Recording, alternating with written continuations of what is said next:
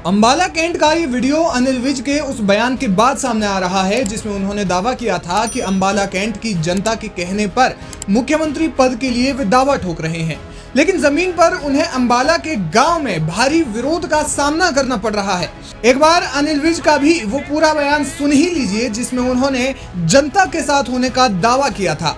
इस बार मैं अपनी वरिष्ठता के दम पर मैं मुख्यमंत्री पद का दावा करूंगा।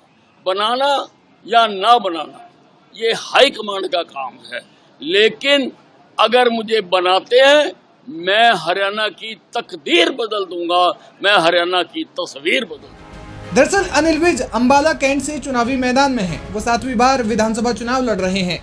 बीजेपी सरकार में वो गृह मंत्री रह चुके हैं और उनके गृह मंत्री रहते वक्त किसान आंदोलन हुए। खासकर शंभू बॉर्डर और खनौरी बॉर्डर पर किसानों पर जब गोलियां चली तो किसान संगठनों ने अनिल विज का खुलकर विरोध किया। अब प्रचार के दौरान भी उन्हें इस तरह का विरोध झेलना पड़ रहा है।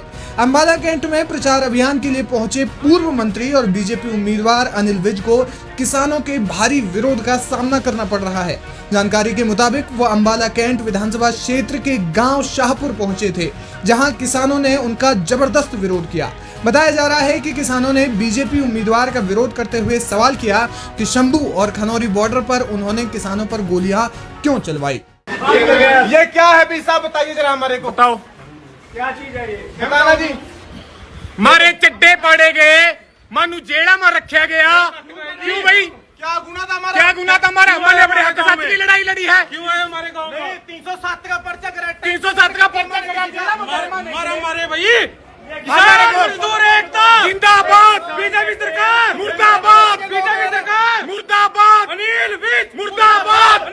जानकारी के मुताबिक ये विरोध भारतीय किसान यूनियन शहीद भगत सिंह द्वारा किया गया है। रिपोर्ट्स के मुताबिक शाहपुर गांव में विरोध जताने वाले लोग भारतीय किसान यूनियन से जुड़े थे। वो यूनियन की झंडे लेकर कार्यक्रम के अंदर पहुंच गए। हंगामे के दौरान विज समर्थकों ने भी अनिल विज जिंदाबाद के नारे लगाने शुरू कर दिए। दोनों पक्षों के आमने सामने हो जाने और नारेबाजी से माहौल गर्म हो गया। हंगामा बढ़ता देखकर अनिल विज प्रोग्राम के बीच में ही छोड़कर शाहपुर गांव से रवाना हो गए। गौरतलब है कि बीजेपी को किसान आंदोलन के दौरान किसानों की अनदेखी करने और सख्त कार्रवाई करने का नुकसान पंजाब इलेक्शन और लोकसभा चुनाव में भी झेलना पड़ा था, और अब हरियाणा इलेक्शन में भी किसान आंदोलन के कारण बीजेपी को हरियाणा में नुकसान झेलना पड़ सकता है। हालांकि बीजेपी ने मनोहर लाल खट्टर को केंद्रीय राजनीति में भेजकर डैमेज कंट्रोल करने की कोशिश जरूर की है, लेकिन अनिल विज दोबारा विधानसभा से मैदान में हैं, जिनका विरोध किसान संगठन लगातार कर रहे हैं। बता दें कि हरियाणा में विधानसभा चुनाव से पहले रविवार को अनिल विज के बयान ने प्रदेश की राजनीति में हलचल मचा दी है। इतना ही नहीं, खुद उन्होंने अपनी पार्टी के लिए भी असमंजस की स्थिति पैदा कर दी है।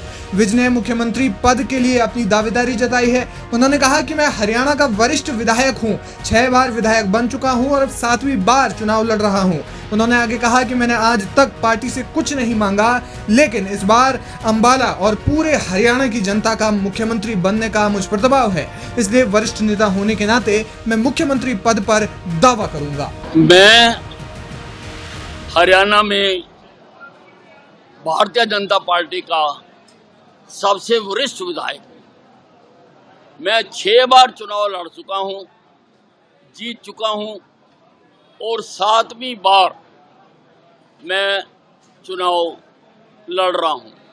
मैंने आज तक अपनी पार्टी से कभी कुछ नहीं मांगा है, परंतु इस बार सारे हरियाणा प्रदेश की जनता के कहने पर मुझे बहुत लोग आकर मिल रहे हैं, और अंबाला छावनी की जनता के कहने पर इस बार मैं अपनी वरिष्ठता के दम पर मैं मुख्यमंत्री पद का दावा करूंगा।